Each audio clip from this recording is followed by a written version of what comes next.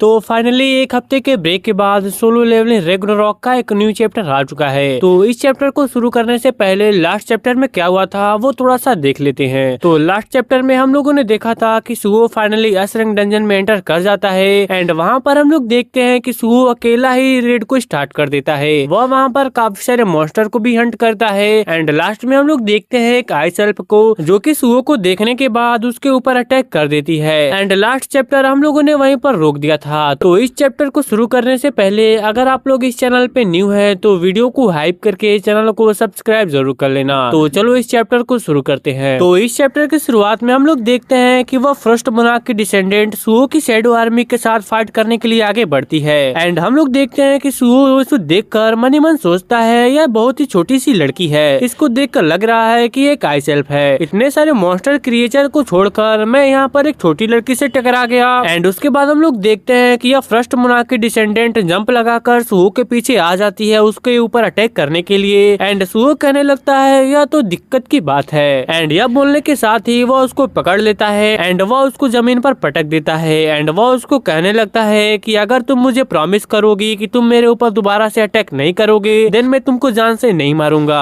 And तुम्हें देखकर लग रहा है कि तुम बात भी कर सकती हो। एंड वहीं पर हम लोग देखते हैं फर्स्ट मोनार्क की डिसेंडेंट यानी कि इस आइस एल्फ की जान निकल जाती है एंड वह रोने लगती है एंड वह कहती है प्लीज मुझे छोड़ दो, मुझे जाने दो और तुम्हारे ऊपर अटैक करने के लिए I am extremely sorry. And आगे वह कहने लगती है कि उसको उसके विलेज में जाना है जहाँ पर काफी सारे लोग उसका इंतजार कर रहे हैं, उसके काफी सारे सिबलिंग्स हैं जिसको उसको ध्यान रखना पड़ता है। एंड यह कहने के बाद वह रोने लगती है, वह पूरे टाइम कहने लगती है प्लीज मुझे जाने दो, मुझे जाने दो। और उसके बाद हम लोग देखते हैं सुहो के 4 जायंट सोल्जर को जो कि यह सब चीजें देख रहे होते हैं एंड उसके बाद हम लोग देखते हैं सुहो को जो कि उस आइस एल्फ को छोड़ देता है और अपने इन्वेंटरी को ओपन कर कुछ ढूंढने लग जाता है एंड वहीं पर बेरू आ जाता है जो कि सुहो से कहने लगता है यंग मोनार्क आपका प्रेशर इनफ है एक बच्चे को रुलाने के लिए। अब आप जिस तरीके से धीरे धीरे डरावते बनते हुए जा रहे हैं यह देख कर तो मैं काफी ज्यादा हैरान हो चुका हूँ। अब आगे यह सुनकर ऑफ कोर्स सुहो को गुस्सा आ जाता है एंड वह चिल्लाकर बेरू को चुप होने के लिए कहता है एंड हम लोग देखते हैं कि सुहो अपने इन्वेंटरी से एक चॉकलेट को बाहर निकालता है एंड उस आइस एल्फ के सर पर हाथ रखकर कहने लगता है अब तो रोना बंद कर दो यार, देखो मैं तुम्हारे लिए यह चॉकलेट लेकर आया हूँ। एंड हम लोग देखते हैं यह लड़की चुप हो जाती है एंड वो चॉकलेट को खाने लगती है एंड इस चीज को देखकर सुहो को पता चलता है कि यह एक आइस एल्फ है एंड वह इसी डंजन में ही रहती है। यहाँ पर वह अपने ग्रैंडफादर के ग्रेव को विजिट करने के लिए आई थी और इस आइस एल्फ ने जो सुहो के ऊपर अटैक किया था उसके पीछे एक रीजन है। उसको लग रहा था कि सुहो यहाँ पर उसके ग्रैंडफादर का जो ग्रेव है वह उसको तोड़ने के लिए ही आया है एंड इस चीज को प्रोटेक्ट करने के लिए वह सुहो के सामने उसके ऊपर अटैक करने के लिए आ गई। उसके बाद हम लोग देखते हैं कि सुहो उसका नाम पूछता है एंड वह आइस एल्फ कहती है कि उसका नाम है सिरका और सुहो भी कहने लगता है आई एम संग सुहो। जो सुनकर सिरका कहने लगती है संग सुहो लाइक वह प्रोनाउंस नहीं कर पा रही होती है ठीक से सुहो का नाम एंड फिर से सुहो कहता है नहीं इट्स अ संग सुहो एंड फिर से वह कहने लगती है संग ये तुम्हारे नाम के साथ हो क्यों है। जो सुनकर सुहो वाज लाइक अभी तुमको नाम प्रोनाउंस करने को गिव अप कर देना चाहिए, इसकी कोई भी जरूरत नहीं है। एंड उसके बाद हम लोग देखते हैं कि सुहो यहाँ पर वह उसको बताने लगता है कि वह एक हंटर है जो कि मॉन्स्टर को मारता है। यहाँ पर इस डंजन को क्लियर करने के लिए वह आया है एंड वह अकेला नहीं है, उसके साथ उसके साथी है बट इस समय पर वो लोग सेपरेट हो चुके हैं। एंड ये हंटर वर्ड सुनने के बाद सिरका थोड़ी सी डर जाती है एंड वह कहने लगती है हंटर, बट सुहो उसे कहने लगता है नहीं डरने की बात नहीं है, हम ऐसा नहीं है कि हम मॉन्स्टर को हंट करते हैं, हम लोग ऐसे ही मॉन्स्टर को हंट नहीं करते, हम लोग हंट करते हैं लोगों को बचाने के लिए। ये सुनने के बाद सिरका थोड़ी सी खुश हो जाती है एंड वह कहने लगती है फिर तो सिरका और हो दोनों ही सेम टू सेम है, मतलब कि सुहो और सिरका वो दोनों ही सेम टू सेम है। सिरका आगे कहने लगती है वह भी हंट करती है अपने सिबलिंग्स को प्रोटेक्ट करने के लिए। ये सब सुनने के बाद सुहो खुश हो जाता है एंड वह कहने लगता है तुम इतनी छोटी सी उम्र में अपने सिबलिंग्स का ध्यान रखती हो, उन्हें प्रोटेक्ट करती हो।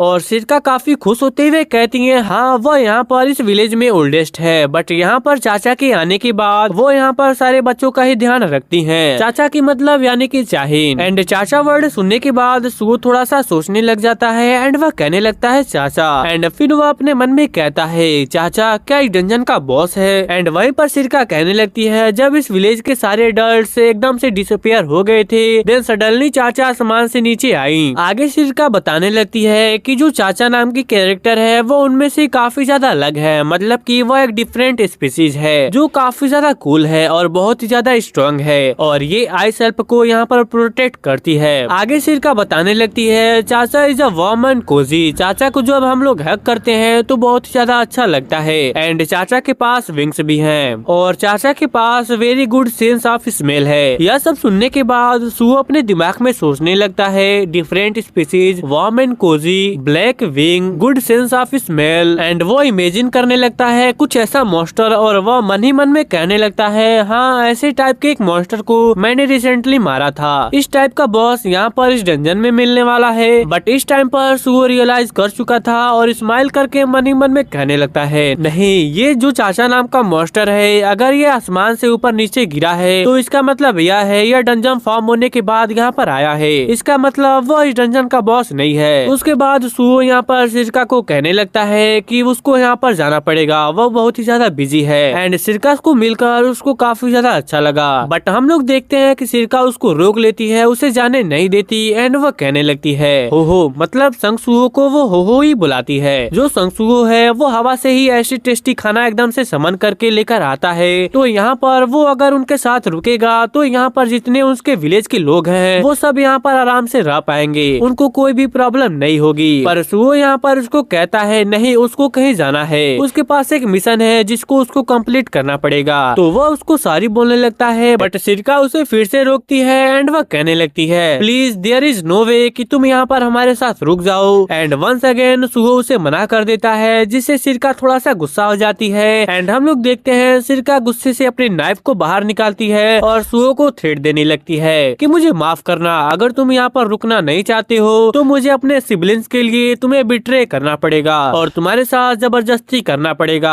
आगे सिरका कहने लगती है कि जो सुओ की एबिलिटी है हवा से खाना लेकर आ सकता है, ये एबिलिटी अगर वो अपने साथ अपने विलेज में लेकर जाए एंड चाचा जब उनको छोड़कर चली जाएंगी तब उनके विलेज के लोग बिना खाए नहीं रहने वाले, क्योंकि वो लोग बहुत ही लंबे टाइम से स्ट्रगल कर रहे थे और जब चाहे उनके साथ आए तो उनका स्ट्रगल थोड़ा सा कम हुआ। बट बहुत ही जल्द चाचा वहाँ से चली जाने वाली हैं, तो अभी फिर से उनका विलेज काफी ज्यादा मुश्किल वक्त से गुजरने वाला है। फॉर दैट रीजन वो चाहती थी कि सुओ उसके साथ ही चला जाए एंड जो सुओ की एबिलिटी है वो उसकी मदद करे। एंड हम लोग देखते हैं कि सुओ थोड़ा सा गुस्सा हो जाता है और सिरका की नाइफ की तरफ देखता है एंड सडनली हम लोग देखते हैं कि सिरका की जो नाइफ होती है वो टूट जाती है और सुओ कहने लगता है कि मुझे पता है तुम यहाँ पर काफी ज्यादा डेस्परेट हो बट मैं भी यहाँ पर काफी ज्यादा डेस्परेट हूँ। एंड यहाँ पर सुओ क्लियरली बता देता है कि अगर वो उसका रास्ता रोकेगी तो सुओ उसके ऊपर इजिली नहीं जाने वाला और सुओ फिर से कहता है अगर स्टिल तुम मुझे रोकने की कोशिश कर रही हो तो फिर हम लोग देखते हैं कि सुओ अपने इन्वेंटरी से काफी सारी चीजों को समन करता है, लाइक काफी सारे चॉकलेट, काफी सारे स्नैक, कोल्ड ड्रिंक्स, ये सारी चीजें समन कर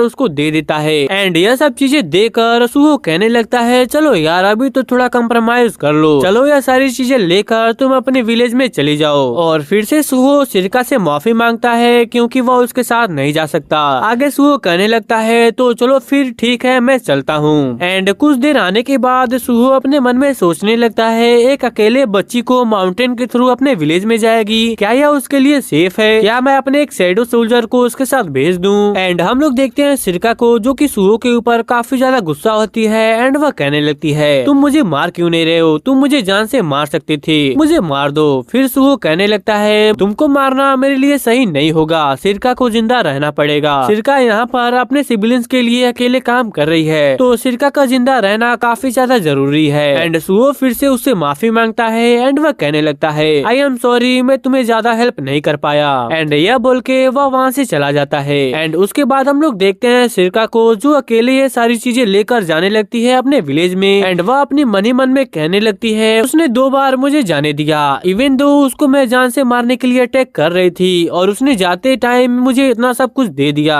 एंड वह कहने लगती है कि हो को समझना काफी ज्यादा मुश्किल है बट हो के पास एक वार्म फील आ रही थी जैसा कि चाचा के पास से आती है। एंड आगे सिरका जाने लगती है एंड सडनली हम लोग देखते हैं कि एक लेडी उसके पास आ जाती है एंड वह उससे पूछती है आई सेल्फ, क्या मैं तुमसे कुछ पूछ सकती हूँ। एंड वहीं पर हम लोग देखते हैं कि ये कोई और नहीं बल्कि ये आशा होती है, इंसेक्ट मुनाक की डिसेंडेंट। उसके बाद सिरका उससे सवाल करने करने लगती है कि आखिरकार तुम हो कौन। एंड आरसा उससे कहती है कि हम यहाँ पर कुछ लोगों को ढूंढ रहे हैं, क्या तुम यहाँ पर जो कुछ भी जानती हो हमें बताओगी। एंड हम लोग देखते हैं सिरका सुहो की बात याद करती है कि सुहो ने कहा था कि यहाँ पर उसके काफी सारे लोग हैं जो कि उससे सेपरेट हो चुके हैं, तो उसको लग रहा था कि ये जो लड़की है वो उनमें से एक है। तो सिरका उनसे पूछने लगती है क्या तुम हो को ढूंढ रही हो। ये सुनकर आरसा कहने लगती है हो नहीं, मुझे इसके बारे में कुछ भी पता नहीं है, हम लोग यहाँ पर फर्स्ट मोनार्क के लेगेसी को ढूंढ रहे हैं, तो क्या तुम बता सकती हो कि आखिरकार वह कहाँ पर है। ये सुनकर सिरका कहने लगती है फर्स्ट मोनार्क मतलब मेरी ग्रैंड बा। ये सुनकर आरसा स्माइल कर कर कहने लगती है देयर इज नो वे कि यहाँ पर फर्स्ट मोनार्क की एक ग्रैंड डॉटर है। आगे आरसा कहने लगती है ओके आई सी, तो तुम फर्स्ट मोनार्क का एक सक्सेसर हो। यह सब सुनने के बाद सिरका थोड़ा सा कंफ्यूज हो जाती है एंड वह कहने लगती है